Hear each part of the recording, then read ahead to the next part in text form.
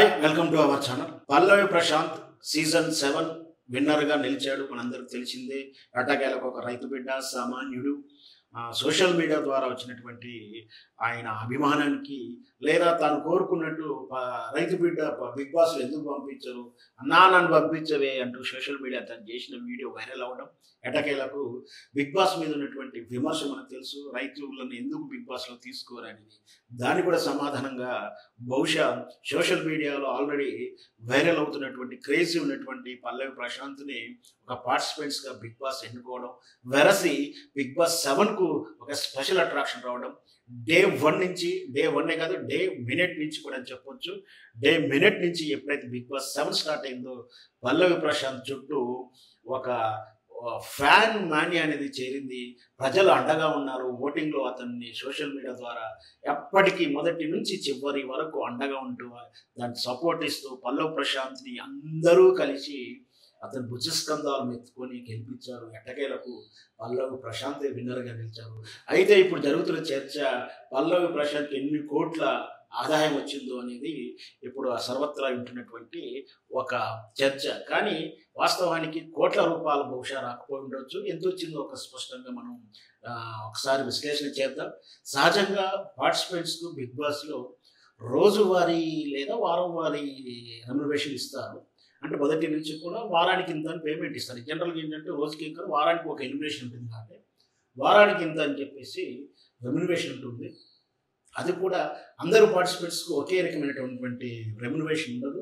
వివిధ కేటగిరీలో వస్తుంటారు. వాళ్ళకి సెలబ్రిటీ స్థాయిని బట్టి, వాళ్ళకున్న డిమాండ్ని బట్టి, వాళ్ళు సంపాదించేటువంటి వాల్యుబుల్ అమౌంట్ ఎంత, వాళ్ళ ఎవరైనా సరే వాళ్ళు ఎంత ఇస్తున్నా వీళ్ళు ఎంత కోల్పోతుంది కూడా చూసుకుంటారు. దాంతోపాటు నేమ్ కూడా వస్తుంది కాబట్టి నిజమైన ఆదాయం రాకున్నా కూడా పార్టిసిపేట్ చేయడానికి ఇష్టపడతారు.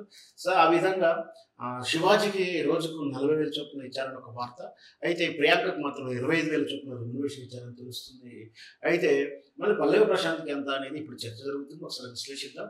అతనికి వారానికి 1,05,000 రూపాయలు, అంటే రోజుకు 15,000 రూపాయలు చొప్పున వారానికి సుమారు 1,05,000 రూపాయలు రెమ్యునరేషన్గా ఆయన తీసుకున్నాడని. అయితే వారానికి డే 1 నుంచి మొదటి వారం నుంచి 15 వారాలు ఉన్నాడు కాబట్టి ఇదంతా వారానికి 1,05,000 చొప్పున 15 వారాలకు మొత్తం 15,75,000 రూపాయలు అవుతుంది. అంటే యాజ్ ఎ రెమ్యునరేషన్గా సుమారు 16 లక్షల రూపాయలు పల్లవి ప్రశాంత్ రెమ్యునరేషన్ తీసుకున్నాడు. అయితే సెకండ్ ప్రైజ్ మనీ మనకు తెలుసు, సీజన్ ప్రైజ్ మనీ 50 లక్షల రూపాయలని. అయితే దీంట్లో 15 లక్షల రూపాయలు తీసుకొని మధ్యలో నుంచి డ్రాప్ అవ్వడం తెలిసింది. దాంతో ప్రైజ్ మనీలో 50 లక్షల నుంచి 15 లక్షలు తగ్గించి 35,000 రూపాయలు విన్నర్గా పల్లవి ప్రశాంత్ సొంతం చేసుకున్నాడు. దీంతో పాటు ఒక బిజ్రా కారు కూడా వచ్చింది బహుమతిగా. బిజ్రా కారు వర్తు హైదరాబాద్ మార్కెట్ ప్రకారం 10 లక్షల వరకు ఉంటుంది.